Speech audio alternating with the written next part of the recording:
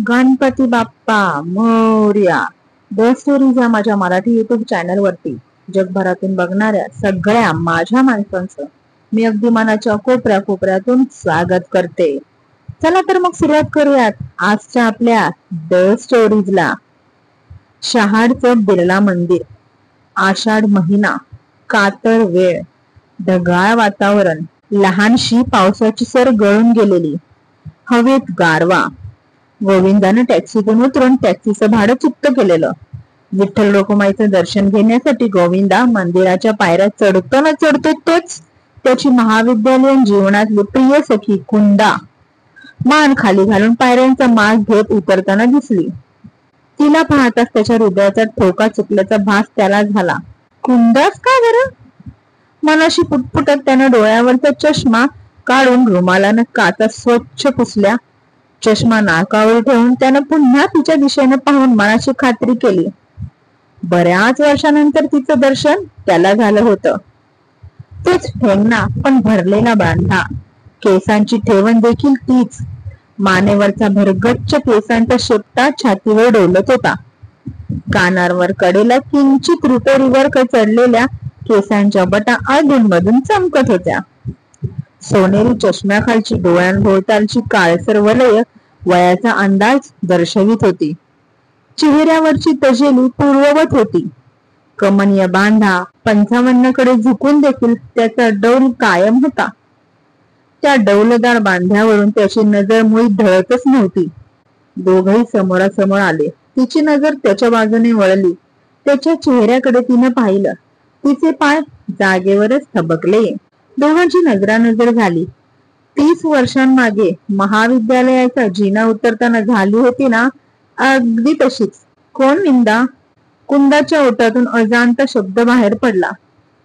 तिच्या आवाजातलं माधुर्य काही कमी झालं नव्हतं. काळजाचा ठाव घेणारा आवाज मधुर तसाच प्रेमळ देखील होता. महाविद्यालयात कुंदाच फक्त गोविंदाला विंदा म्हणायची. होय, विंदाच. प्रसन्न वदनानं त्यानं तिला उत्तर दिलं. कुंदाच ना ग तू?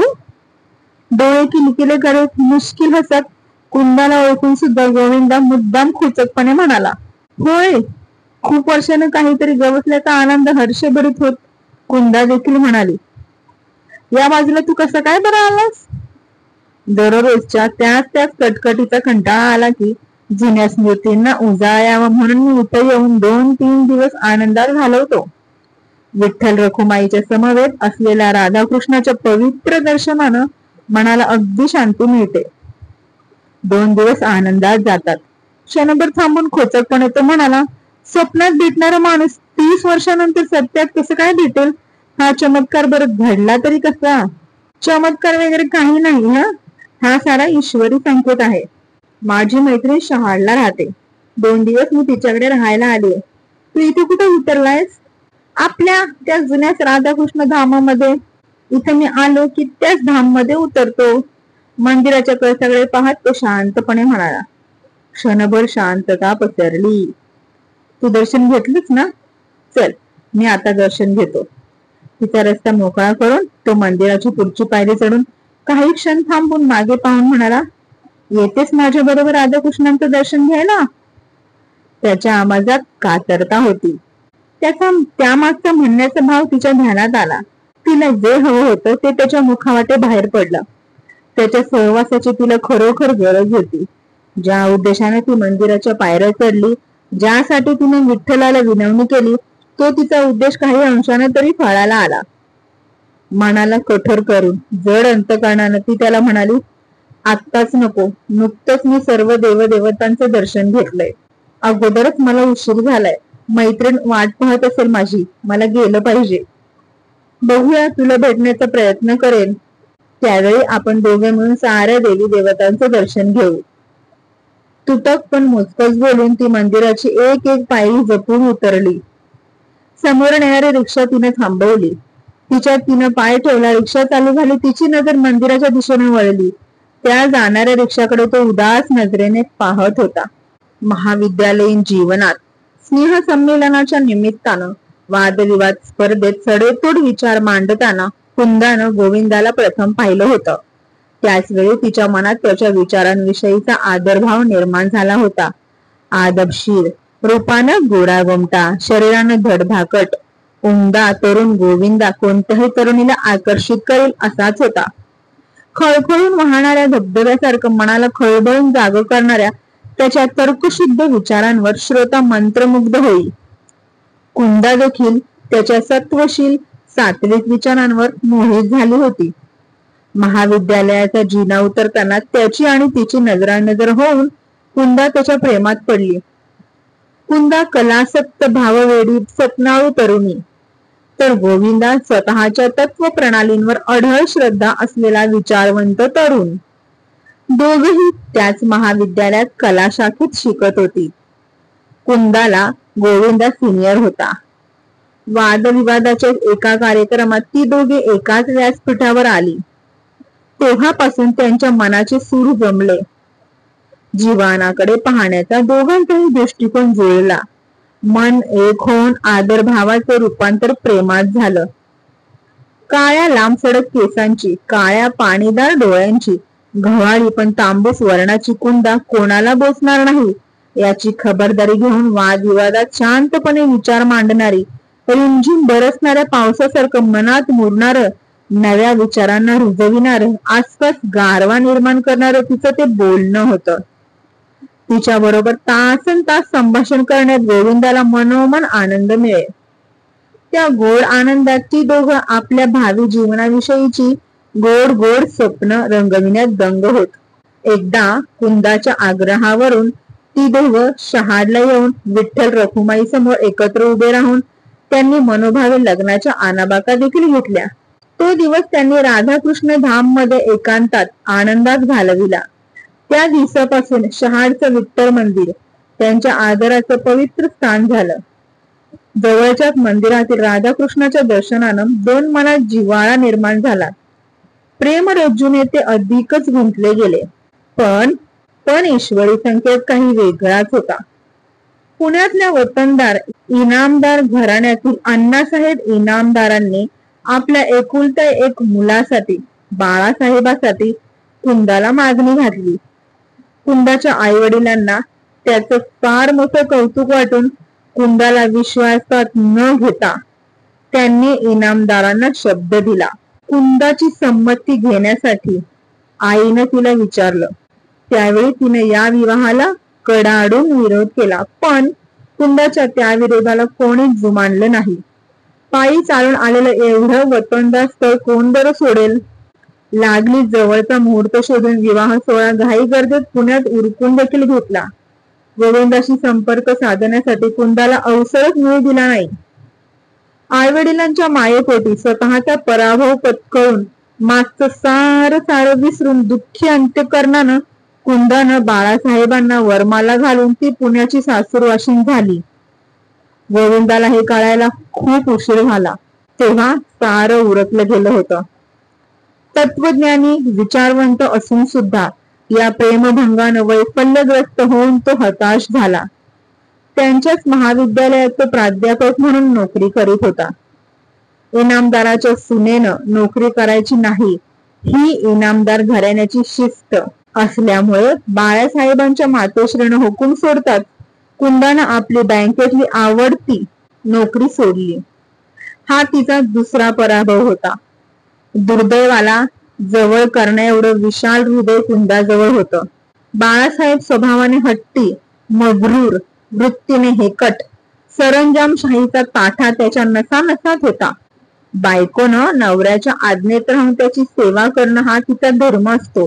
हा इनामदारांच्या घराण्याचा रिवाज मोडणं कुंदाला शक्यच नव्हतं मुळी. गरीबा घरची असून सुद्धा कुंदानं सुरुवातीलाच नकार दिल्याची कुणकुण सासूबाईंच्या कानी आली होती.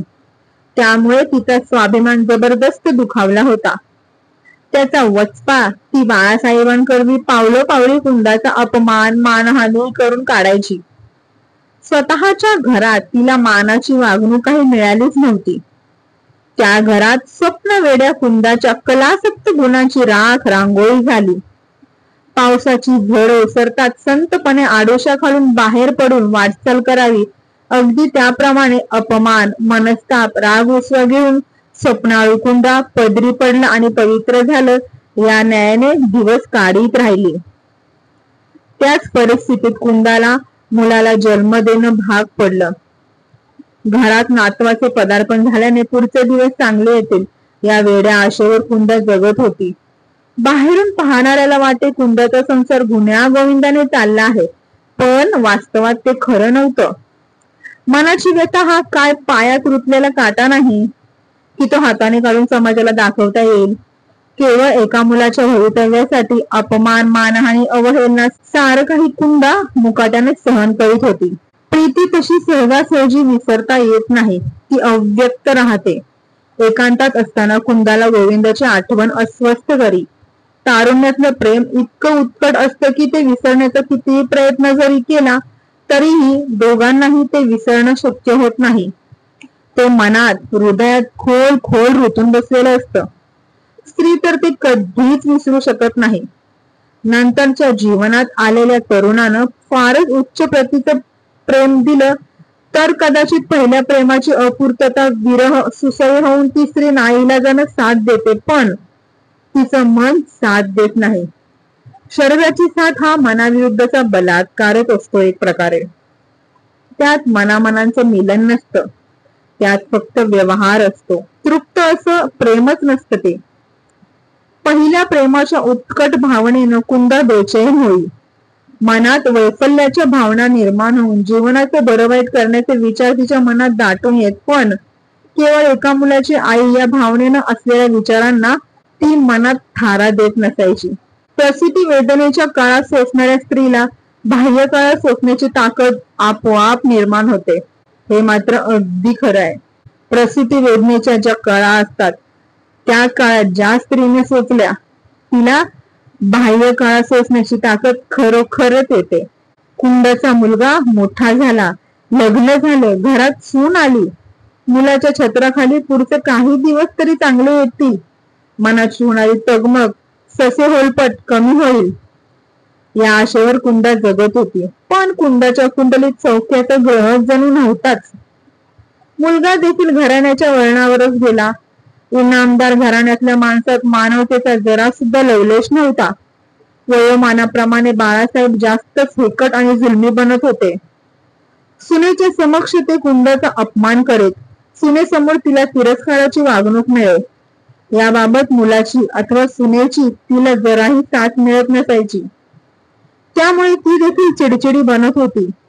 आजपर्यंत दाबून ठेवलेला तिचा स्वाभिमान जागा होऊन ती बाळासाहेबांशी वागताना त्यांच्या शब्दात त्यांना उत्तर देऊ लागली. घरात रोज खडाष्टक घडू लागली. रोजच्या या कटकटीला कंटाळून सुनबाईनं मुलाला घेऊन वेगळ्या वाड्यात संसार थाटला. बाळासाहेबांना मोकळं रान मिळाल्यामुळे त्यांची कुंदावर हात टाकण्यापर्यंतची मजल गेली. माहेरची, मुलाची कोणाचीही साथ तिला नसल्यामुळे, न मिळाल्यामुळे ती एकाकी पडली. याच वेळी तिच्यातली खरी स्त्री शक्ती जागृत होऊन तिच्या मनानं उठाव केला. स्त्रीनं जर मनात आणलं तर ती पुरुषाला तिची अनेक रूप दाखवून देऊ शकते. नवऱ्यापासून वेगळं राहण्याचा कठोर निर्णय कुंदाच्या मनाने घेतला. उरलेली 5-10 वर्ष वेगळं राहून आपण सुखा समाधानात घालवूयात. जमल्यास वृद्धाश्रमाची पायरी चढण्याप्रत तिच्या मनाची तयारी झाली. या जुलमी इनामदार घराण्याचा तिला अगदी वीट आला होता. मनात घेतलेला निर्णय अंमलात आणण्या अगोदर आपल्या जीवलग मैत्रिणीचा सल्ला घेण्याच्या उद्देशानं, तसेच 5 ते 7 दिवस जरा मनाला शांतता मिळावी म्हणून ती शहाडला आली होती. दूध उतू जाण्यापूर्वी जी स्थिती दुधाची असते तसेच काहीसे तिच्या मनाचे झाले होते. माणूस मनात योजतो एक आणि नियती वेगळंच घडवीत असते. कुंदा त्या दिवशी दुपारी शहाडला मैत्रिणीकडे उतरली. आकाश ढगाळलं होतं. अधूनमधून पावसाच्या लहान सहान सरी गळत होत्या. विश्रांती घेऊन संध्याकाळी ती शहाडच्या सुप्रसिद्ध बिर्ला मंदिरातील विठ्ठल रखुमाईच्या दर्शनासाठी आली होती. विठ्ठल रखुमाईच्या दर्शनानंतर त्या दोघांच्या प्रीतीला प्रेरणा देणाऱ्या बाजूलाच असलेल्या राधाकृष्णाचं तिने दर्शन घेतलं. मंदिरात बसून तिने थोडा वेळ देवतांचं स्मरण केलं आणि ती माघारी फिरली. मंदिराच्या पायऱ्या उतरताना गोविंदाशी तिची अचानक भेट झाली. वातावरणातल्या गारव्यापेक्षा त्याच्या भेटीनं तिच्या मनात वेगळ्याच विचाराचं वादळ निर्माण होऊन तिचा आत्मा सुखावह गारव्यात रमला. रिक्षा मैत्रिणीच्या घराच्या दिशेने सुसाट पळत होती. त्यापेक्षा गोविंदाच्या दर्शनाने टवटवीत झालेलं कुंदाचं मन गतस्मृतीत दुप्पट वेगानं गुरफटत होतं. राधाकृष्ण धामच्या 33 नंबरच्या खोलीची बेल खणखणली. ताजं वर्तमानपत्र वाचित गोविंदा खोलीतल्या कॉटवर पडला होता. चटकन उठून त्याने दरवाजाची खीळ सरकावून दरवाजा उघडला तर समोर कुंदा होती. भुवया उंचावीत नवल घडल्यागत आश्चर्यानं गोविंदाने तिच्याकडे पाहिलं. फिक्कट अशी गुलाबी रंगाची बेलबुट्टी साडी, त्याच रंगाचा मोकळ्या पाठीचा वेलबुट्टी ब्लाउज, छातीवर लांब सडक केसांचा शेपटा, त्यावर बटमोगळी फुलांचा 2 सरी भरगच्च गजरा. हसत मग कुंदाला पाहतच गोविंद गोंधळून गेला. असा काय पाहतोस माझ्याकडे? मला ओळखलं नाहीस का? ओळखलं ग, पण तुला नेमकी माझी कुणी सापडली तरी कशी? त्याला तर्कज्ञान लागतं, ते नंतर सांगेन. प्रथम मला अत्तर येऊ देत. हत्तीच्या, ये ना आज. दरवाजाच्या बाजूला होऊन गोविंदानं कुंदासाठी मार्ग मोकळा केला. कुंदा आत आली. दरवाजाचा हात गोविंदाने सोडताच दरवाजा खाडकन बंद झाला. कुंदाच्या त्या शेपट्यावरच्या गजराच्या सुगंधी परिमळाने ती संपूर्ण खोली अगदी दरवळून गेली. वृक्ष खोलीला सुवासिनीचं पावित्र्य आलं. गोविंदाचं मन बहरून सुगंधित होऊन आनंदलं. समोरची खुर्ची ओढून त्यानं तिला बसायला सांगितलं. खुर्चीत कुंदा स्थानापन्न झाली. पर्स मधला रुमाल काढून तिने चेहरा कोरडा केला. गोविंदानं पंख्याचा वेग वाढवला. बराच वेळ कोणी काहीच बोललं नाही. खूप वर्षानंतर कुंदा गोविंदाला याच खोलीत एकांतात भेटत होती. काय घेणार? गोविंदानं शांततेचा भंग केला. मला काय आवडते तू विसरलास? कसा विसरेन, पण वयोमानाप्रमाणे माणसाच्या आवडीनिवडी बदलतात ना. जुन्या जाऊन नव्या झडल्या जातात म्हणून विचारलं फक्त. तुझ्या आवडीनिवडी बदलल्यात का? कुंदानं नाराजीच्या सुरत गोविंदाला प्रतिप्रश्न केला. जुन्या आवडीनिवडी अजाणता बदलल्या, काही नाईलाजानं बदलल्यात, सोडायला लागल्या. तुला आंबट गोड मोसंबीचा ज्यूस आवडायचा. तुला आवडायचा म्हणून मी पण तो आवडीने प्यायचो. जेवणापेक्षा आपण ज्यूसवर तासनतास गप्पा मारायचो. दिवस कसा निघून जायचा ते कळायचंच नाही. तुला कल्पना नसेल, आज 25-30 वर्ष झाली मी ज्यूसला तोंड पण लावलं नाहीये. छतावर फिरत असलेल्या पंख्याकडे पाहत आपल्या भावना आवरीत गोविंदा म्हणाला. नकळत कुंदाच्या गालावरून 2 अश्रूंचे थेंब घरंगळताना गोविंदाला दिसले. हे काय ग कुंदा, तुझ्या भावना दुखवायच्या नव्हत्या मला. जे सत्य होतं तेच तुला मी सांगितलं. तसं काही नाहीये रे. तिने हलकेच गालावरून रुमाल फिरवला. स्वतःलाच आवरून ती म्हणाली, तुझी शपथ, आजपर्यंत मी सुद्धा ज्यूसला शिवले नाही. तुला आवडेल तर आपण दोघं आज घेऊया ना ज्यूस? घेऊया ना. तुझी आज्ञा श्री सावंद्य. बेलचं बटन दाबून गोविंदानं वेटरला बोलावून घेतलं. तो त्याची वाट पाहत गॅलरीत उभा होता. ज्यूसचे 2 ग्लास वेटरने टेबलावर आणून ठेवून तो निघून गेला. दरवाजा आपोआप बंद झाला. टेबलावरचा ग्लास उचलून कुंदाच्या हाती देत गोविंदा म्हणाला, घे. टेबलावरचा दुसरा ग्लास उचलून गोविंदाला देऊन कुंदा म्हणाली, तू घे. दोघांनी ग्लासला ग्लास फेकून सलामी देत ते आपापल्या ओठाला लावले. 30 वर्षांपूर्वी दोघांनी नकळत केलेला पण जणू त्या दिवशी एकमेकांसमक्ष ज्यूसचे ग्लास ओठांना लावून सोडला. एक घोट घेऊन त्या दोघांनी आपापले ग्लास जणू काही अगोदरच ठरल्यागत टेबलावर ठेवले. दोघांची हालचाली अजाणता सारख्याच घडल्या. वाऱ्याची हलकीशी झुळूक खिडकीवाटे खोलीत शिरली. रासक्रीडा करीत असलेलं राधाकृष्णाच्या भिंतीवरचं कॅलेंडर फडफडलं. त्या बाजूनं कुंदाचं लक्ष गेलं. वाऱ्याच्या झुळकीसमोर ते झुल्यागत हेलकावे घेत होतं. त्याच वेळी गोविंदाचं लक्ष कुंदाच्या गळ्यावर गेलं. गळ्यात सोन्याचं लहानसं एकसरी मंगळसूत्र थरथरत होतं. हेच मंगळसूत्र मोठ्या समारंभपूर्वक सर्वांसमक्ष मोठ्या दिमाखानं तो तिच्या गळ्यात घालणार होता. पण ऐन तारुण्यात विठ्ठल रोकुमाई समक्ष आनाबाका घेऊन घेतलेला निर्णय कुंदाने फिरवला होता. का फिरवला याचं कोड गोविंदाला आजपर्यंत काही उलगडलं नव्हतं. आणि ते आता उलगडून देखील घेण्याची त्याला जिज्ञासा राहिली नव्हती. तिनं घेतलेल्या निर्णयानं ती सुखी समाधानी राहावी ही त्याची मनोमन इच्छा होती. कुंदानं घडवून आणलेल्या गोंधळातून जशी त्याची जीवनाची परवड झाली तशी तिची न व्हावी अशी विठ्ठल रखुमाई चरणी तो प्रार्थना करीत असायचा. माणसाचं जीवन पूर्ण पराधीन आहे हे जीवनाचं तत्वज्ञान त्याला पूर्ण ज्ञात असल्यामुळं त्याच्या जीवनाची परवड झाली होती, तरी तो अविचल शांत होता. 30 वर्षांमागे याच खोलीत गप्पांसाठी वेळ अपुरा पडत होता. का तर वेळ होईपर्यंत त्या एकांतात ती दोघं एकमेकांसमवेत गप्पात रंगून जायचे. आज त्याच खोलीत एकांत असून देखील नीरव शांतता पसरली होती. कुंदा एक घोट ज्यूस घेऊन ग्लास तसंच टेबलावर ठेवलास का ग? संपावना तो ज्यूस. काहीतरी बोलायला पाहिजे म्हणून गोविंदा प्रथम म्हणाला. तुझा देखील ग्लास तसंच भरलेला आहे की, तू पण संपवून टाक. तू संपवल्याशिवाय मीच नाही संपवणार ज्यूस. आज तू माझी पाहुणी आहेस. विंदा, खरंच मी तुझी पाहुणी आहे का रे? इतकी का मी परकी आहे? तुझी मी कोणीच नाही का? आवाजात कातरता होती. आपलं काहीच नातं नाहीये. खूप वर्षानंतर आपण भेटलो आहोत. 30 वर्ष कोंडलेलं माझं मन तुझ्यासमोर मला आज मोकळं करायचं होतं. फार मोठ्या आशेने मी तुझ्याकडे आले. विंदा, तू मला परकी समजू नकोस. ओढ दाबून येणारा हुंका कुंदाने गेला आणि मग पुन्हा शांतता पसरली. कुंदा आणि विंदा म्हणजेच गोविंदा या दोघांमध्ये पुढे काय संभाषण झालं, याचा शेवट नक्की कसा झाला, दोघांनी जे गमावलेलं सुख होतं ते त्यांना मिळालं की नाही, नक्की पुढे काय झालं हे जाणून घेण्यासाठी भाग दुसरा नक्की बघा. लवकरात लवकर मी तो अपलोड करेन. होताच इथेच थांबते. हा भाग तुम्हाला कसा वाटला हे कमेंट मध्ये नक्की सांगा. तुमचं हे प्रेम माझ्यावरती असंच राहू द्या. आणि तुमचं प्रेम जर उत्तर वाढत गेलं लाईक्सच्या माध्यमातून आणि सबस्क्रायबर्सच्या माध्यमातून तर खूपच छान, खूप आनंद. चला तर पुन्हा भेटूयात पुढच्या आपल्या बेस्ट स्टोरीज मध्ये. धन्यवाद.